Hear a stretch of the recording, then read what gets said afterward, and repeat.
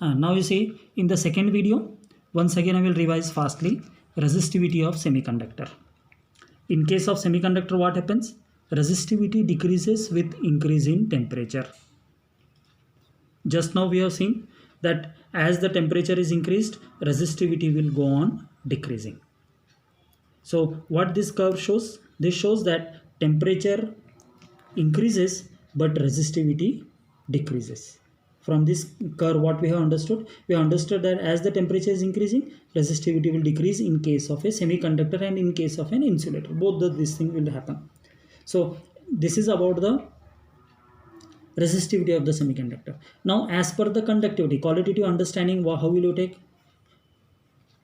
Rho is equal to 1 by sigma. What is sigma? Sigma is called as the conductivity. Sigma किसे कहते हैं? Conductivity कहते हैं. Conductivity को कहते हैं. कंडक्टिविटी का डेरिवेशन ऑलरेडी हमने निकाला है, n square 2 by m. Okay, so we'll put the value of this n square 2 by m. M will go in the numerator, so now what will remain? M by n square 2. So now what this indicates? This resistivity rho is equal to m divided by n square into tau. So this resistivity is inversely proportional to n and tau. Resistivity is what? Inversely proportional to n and tau, relaxation time. So rho thus depends on number of free electrons per unit volume. तो resistivity किसके ऊपर depend करता है? Resistivity depends on, it is inversely proportional to number of free electrons per unit volume and average relaxation time tau. As per the conductivity formula, we will say that this rho is depending on two factors. One is n, number of free electrons per unit volume, and the relaxation time tau. This alpha is negative for the semiconductor. Alpha is negative for what? Semiconductor. Now on the basis of this, next we will see the what is alpha. How will you define the alpha? Alpha means temperature coefficient of resistance. We know R is equal to rho L by A. Means from this relation what we can write here? R is directly proportional to rho. So from equation 1 already we have seen this equation. Rho T is equal to rho naught 1 plus alpha T minus T naught. Since rho is proportional to R, so this formula will be converted in this form. RT is equal to R naught 1 plus alpha T minus T naught. This is equation 1, this is equation 2. Clear हो गया? First equation किसके लिए represent करता है? First equation represent करता है resistivity के लिए अगर हमको क्वेश्चन पूछा गया है. ओके, रेजिस्टिविटी के केस में अगर हमको क्वेश्चन पूछा गया है तो इक्वेशन 1 हम यूज़ करेंगे. और सेकेंड क्वेश्चन किसके लिए रिप्रेजेंट करता है? रेजिस्टेंस के लिए. सेकेंड इक्वेशन किसके लिए है? रेजिस्टेंस के लिए. फॉर्मूला दोनों का सेम है. क्यों सेम है? क्योंकि रो जो है डायरेक्टली प्रोपोर्शनल टू आर है. तो here rho T indicates the resistance at A given temperature, R T resistivity at a given temperature, and second equation RT indicates what? Resistance at a given temperature. Here it is R naught, here it is rho naught. Rho naught indicates the resistivity at a 0 degree temperature. Here R naught is the resistance at a 0 degree centigrade. बाकी ये part inside bracket the part are same. 1 plus alpha T minus T naught. हाँ, 1 plus alpha. Alpha is what? Temperature coefficient of resistance. यहाँ पर क्या होगा? Alpha first equation में temperature coefficient of resistivity होगा और सेकेंड इक्वेशन में क्या कहलाएगा? टेम्परेचर कोएफिशिएंट ऑफ रेजिस्टेंस कहलाएगा. T is the temperature at which we have to calculate the resistance और resistivity. T naught is the initial temperature और temperature at 0 degree centigrade. Clear हो गया? ये कॉन्सेप्ट समझना बहुत जरूरी है.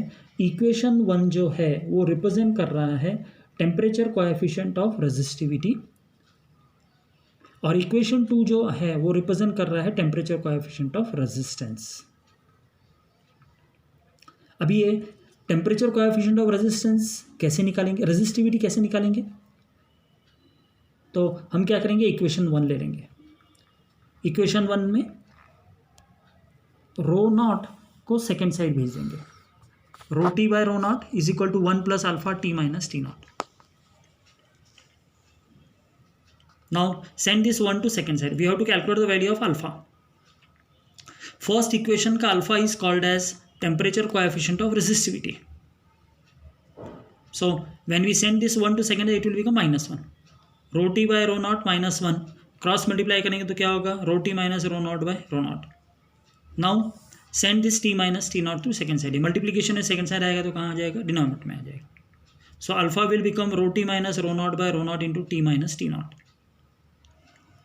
इसको दे दिया इक्वेशन नंबर 3.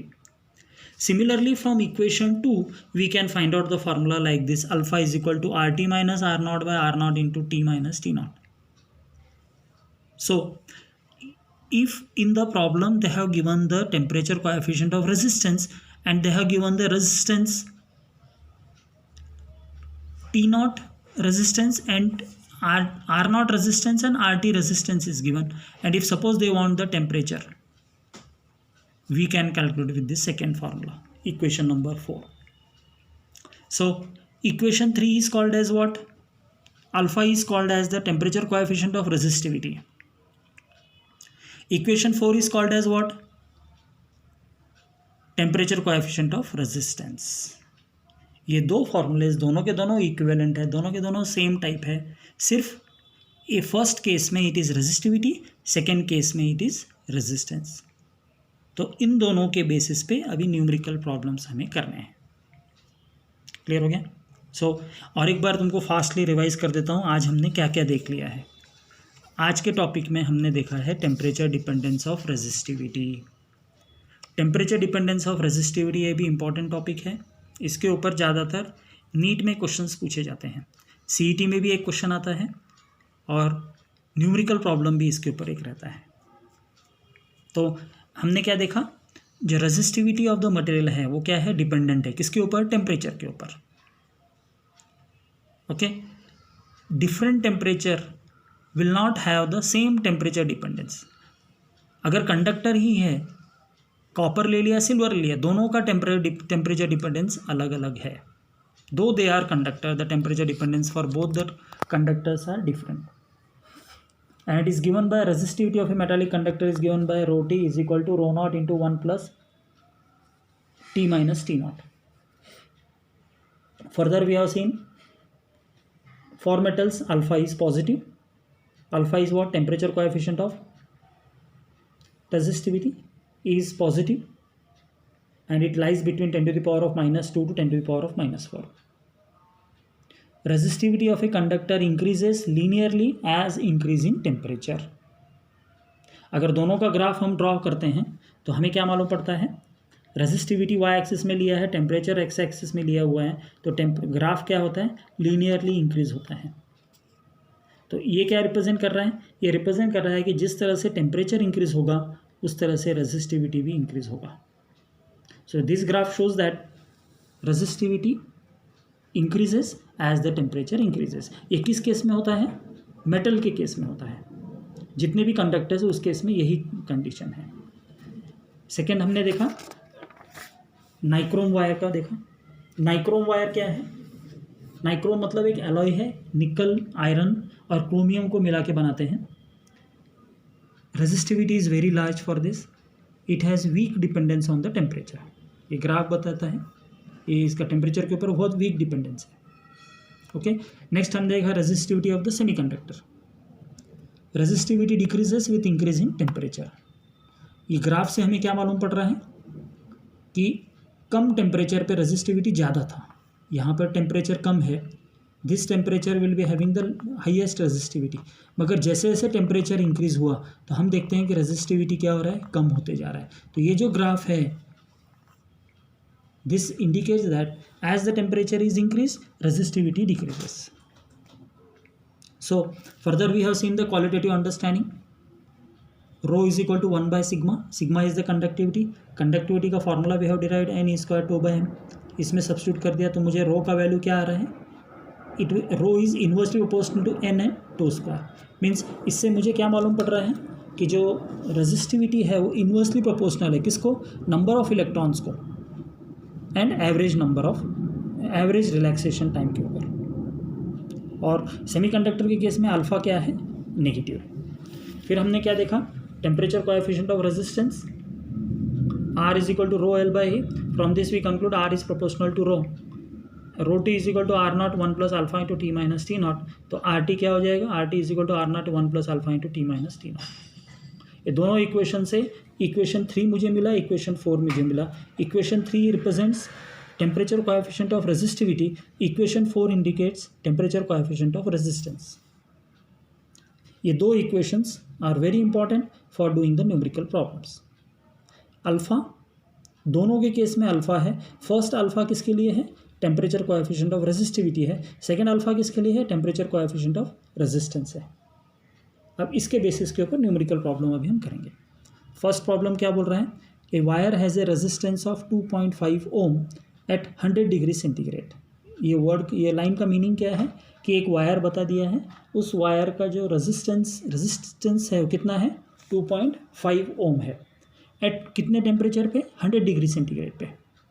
तो अब इससे मुझे क्या मालूम पड़ेगा, 100 डिग्री सेंटीग्रेड मतलब आर टी कितना दिया हुआ है, आर टी दिया है 2.5 ओम और टी कितना दिया हुआ है 100 डिग्री सेंटीग्रेड। ये फर्स्ट लाइन से मुझे मालूम पड़ गया। ओके, तो क्वेश्चंस में, न्यूमेरिकल प्रॉब्लम्स में हमें ये बेसिक मालूम होना जरूरी है कि क्वेश्चन में क्या दिया गया। ये कब क्वेश्चन में ये कब मालूम होगा तुमको, जब ये बेसिक जो हमने आज पढ़ा हुआ है वो अगर मालूम रहेगा तो क्वेश्चन तुम इजीली कर पाओगे। तो रेजिस्टेंस दे दिया है at what temperature, 100 degree temperature पे। तो टी कितना दिया हुआ है 100 डिग्री सेंटीग्रेड और उसका रेजिस्टेंस कितना दिया है, आर टी कितना दिया है 2.5 ओम। यहाँ तक क्लियर हो गया। सेकेंड लाइन में क्या बोल रहा है, temperature coefficient of resistance of a material, मतलब अल्फा का वैल्यू दिया है 3.6 इंटू 10⁻³ तो अल्फा लिख लिया। Find its resistance at 0 degree centigrade. Clear हो गया। तो यहाँ पर हमें क्या फाइंड आउट करना है, आर नॉट फाइंड आउट करना है। रेजिस्टेंस कौन से टेम्परेचर पे, 0 डिग्री सेंटीग्रेड पे रेजिस्टेंस कितना है वो मुझे फाइंड आउट करना है। T0 कितना दिया हुआ है, 0 दिया हुआ है। तो मुझे फार्मूला कौन सा यूज़ करना पड़ेगा इन दोनों में, पहले के ऊपर के दो फार्मूले में रेजिस्टेंस के बारे में पूछा है तो फोर्थ इक्वेशन हमको यूज़ करना है, alpha is equal to R T minus R naught by R naught into T minus T naught. Clear हो गया। अभी इस केस में इस फार्मूले में अल्फा का वैल्यू दिया है, आर टी का वैल्यू दिया हुआ है, आर नॉट का वैल्यू मुझे फाइंड आउट करना है, टी का वैल्यू दिया है, टी नॉट तो 0 दिया हुआ है। तो अभी मैं क्या करूँगा, सारे के सारे वैल्यू सब्स्टिट्यूट कर देता हूँ। क्लियर हो गया। अब मैंने क्या किया, ये वैल्यू सब्स्टिट्यूट कर दिया, 3.6 10⁻³ अल्फा का value equal to 2.5 minus R naught. R naught मुझे फाइंड आउट करना है इसलिए मैंने आर नॉट को आर नॉट ही रखा है। डिनोमिनेटर में R naught as it is रख दिया, 100 minus T naught. T naught का वैल्यू कितना है, 0। इस प्रॉब्लम में 0 दिया हुआ है। दूसरा प्रॉब्लम में अगर बोलते हैं रेजिस्टेंस है 10 डिग्री सेंटीग्रेड, तो इधर टेम्परेचर क्या आता था, आर नॉट 10 डिग्री सेंटीग्रेड आता था और आर नॉट मतलब 10 डिग्री सेंटीग्रेड पे मुझे फाइंड आउट करना पड़ता था। यहाँ पे 0 डिग्री दिया है इसलिए हमने आर नॉट लिया हुआ है। क्लियर हो गया। अभी इसका कैलकुलेशन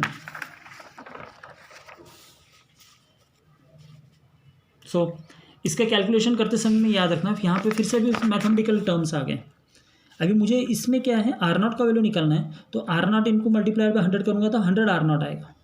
इसको और इसको मैं कैंसिल नहीं कर सकता क्योंकि मैथमेटिकल वे पॉसिबल नहीं है, बीच में माइनस साइन है। मल्टीप्लिकेशन होता तो हम कैंसिल कर सकते थे, मगर माइनस साइन होने के कारण अब मुझे क्या करना पड़ेगा, इसको इधर सेंड करना पड़ेगा और आर नॉट को एक तरफ लेना पड़ेगा। ये मैथमेटिकल प्रोसेस है, मैथमेटिक्स में हमने ऑलरेडी पढ़ा है। तो उसी प्रोसेस से हम इसको मल्टीप्लाई करेंगे। इसको आर नॉट 100 आर नॉट को इधर मैंने मल्टीप्लाई किया, तो 100 3.6 into 10⁻³ into 100 R naught is equal to 2.5 minus R naught. 100 को मल्टीप्लाई करेंगे तो क्या होगा, इधर 10⁻³ प्लस 2, तो 10 क्या आ गया, -1 R naught. 3.6 into 10⁻⁻1 into R naught is equal to 2.5 minus R naught. अभी इसको सिंप्लीफाई करते हैं, 3.6 डिवाइडेड बाय 10 करता हूँ तो कितना आता है, 0.36 आता है आर नॉट। अभी इस आर नॉट को मैं इधर लेकर आता हूँ। क्यों लेकर आऊँगा मैं इधर, बिकॉज मुझे आर नॉट का वैल्यू फाइंड आउट करना है। To find out the value of R naught what I have to do, I have to bring all R naught one side. So when I bring it to second side, minus sign है, if you bring it to second side it will become what, plus R naught. तो R naught plus 0.36 R naught, तो क्या हो जाएगा, ये दोनों को add करूँगा तो 1.36 आर नॉट आएगा। मुझे क्या करना है, आर नॉट का वैल्यू फाइंड आउट करना है. Send this 2.5 1.36 into second side. So when we send this 2.5 divided by 1.36, I will get 1.83 ohm. So इस क्वेश्चन से मुझे क्या मालूम पड़ता है, 0 डिग्री टेम्परेचर पे आर नॉट का वैल्यू कितना है, 1.83 ओम. और 100 डिग्री सेंटीग्रेड पे कितना है रेजिस्टेंस, 100 डिग्री सेंटीग्रेड पे रेजिस्टेंस कितना है, 2.5. क्लियर हो गया. सो ये है डेरिवेशन फॉर प्रॉब्लम. तो आज के लिए इतना काफ़ी, कल अभी हम और इसके न्यूमेरिकल प्रॉब्लम्स देखेंगे. तो आज का ये पूरा कंप्लीट कर लेना.